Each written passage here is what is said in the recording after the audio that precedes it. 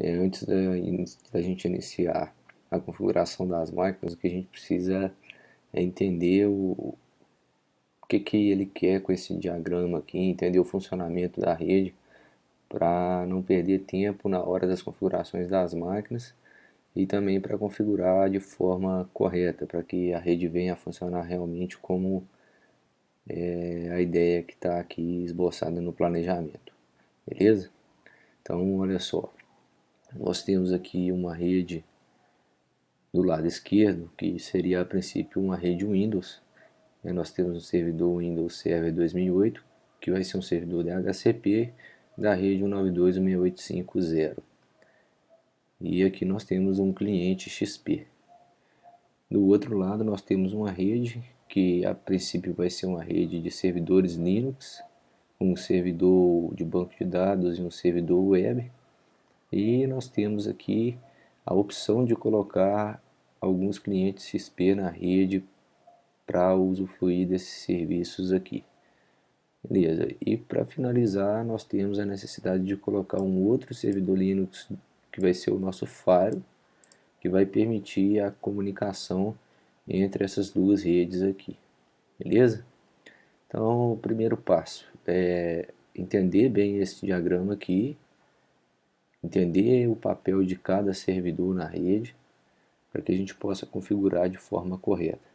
E principalmente entender o conceito aqui de Faro, né? Então, rapidamente aqui a parte de Windows, ó. Esse aqui vai ser um servidor Windows, o serviço de DHCP vai estar habilitado nesse servidor para que ele possa disponibilizar endereços IPs para os clientes dessa rede aqui. Esse servidor aqui, de acordo com o diagrama, tem que ter o IP 5203 e a princípio a gente precisa de um cliente que vai pegar o IP atribuído por DHCP simplesmente para testar se o que vocês fizeram aqui vai estar funcionando perfeitamente. Ok? Então essa parte da rede aqui é bem tranquila, é instalar um servidor Windows Server 2008, instalar o serviço de DHCP, colocar um cliente aqui na mesma rede e testar para ver se ele vai receber um IP automático. Só para relembrar também conceitos aí de máquina virtual. Se tratando do VirtualBox, a gente precisa colocar essas duas máquinas em rede interna. O modo da placa de rede vai ser rede interna, para que elas estejam no mesmo switch virtual lá e assim estejam na mesma rede. Beleza? Então vamos olhar o lado de cá agora. Nós temos um cenário aqui com o servidor Debian de banco de dados, que tem que ter o IP 92.168.10.203. Nós temos um servidor Debian que vai ser o servidor web, que tem que ter o IP 192.168.10.205. Esse servidor web aqui, ele precisa responder pelo domínio que vocês quiserem, exemplo www.minharede.com.br.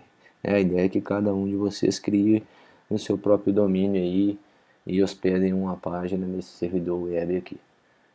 E aqui a ideia aqui desse pontilhado é que os clientes XP são opcionais, opcionais porque seriam simplesmente necessários para vocês realizarem algum tipo de teste aqui nesse servidor web ou no servidor de banco de dados.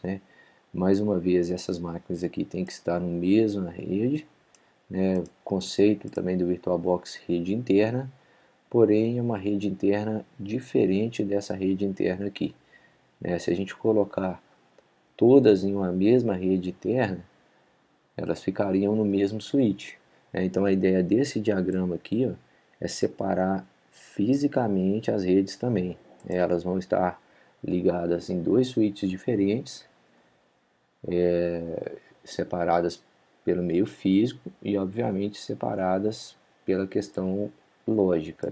Essa rede aqui é o 92.168.10 e essa aqui é o 92.168.5.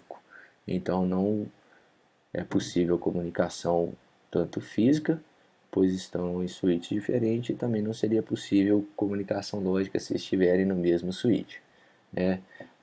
Para isso que surgiu a necessidade desse cara aqui.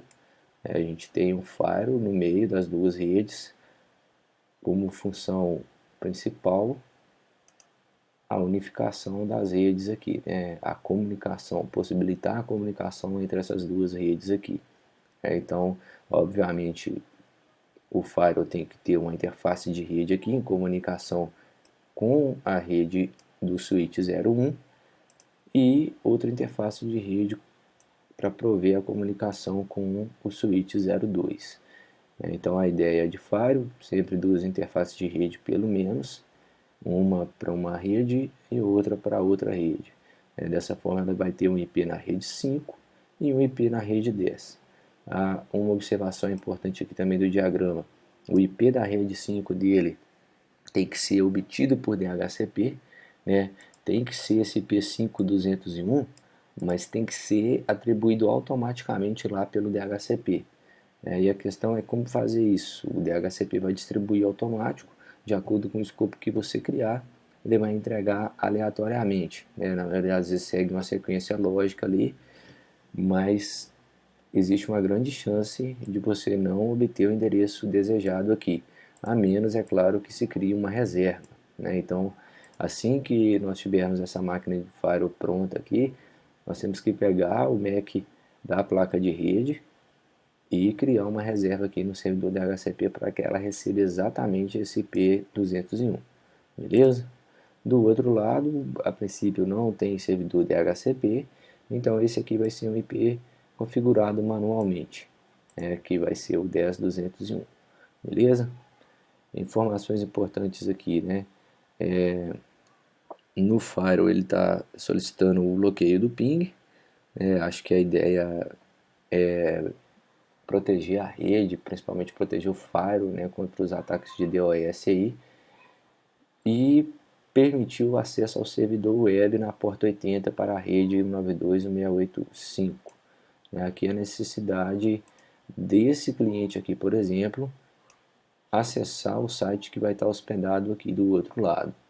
Então, isso aqui, a princípio, gera uma dúvida, sei lá, parece que é algo bem complicado, mas não é. É o princípio básico do Firewall. A gente precisa simplesmente colocar ele para fazer o papel de interligação aqui das duas redes. Ele precisa possibilitar que a rede 5 converse com a rede 10 e vice-versa. O conceito básico que a gente vem falando desde as aulas de redes locais lá é encaminhamento de pacotes. A gente precisa ativar o encaminhamento de pacotes de uma interface de rede para outra, vamos dizer assim, porque elas são as portas de entrada e saída entre as duas redes, beleza? Então, para o Firewall, colocar duas placas de rede, criar a reserva, bloquear o ping e permitir o acesso ao servidor web, que ao ativarmos o encaminhamento de pacotes, acredito eu que esse problema aí já vai estar solucionado, beleza? Então, essa é a parte de entender o diagrama, entender o que está precisando, né, o que ele está pedindo para ser feito, e aí agora nós podemos começar a implementar as máquinas virtuais, beleza?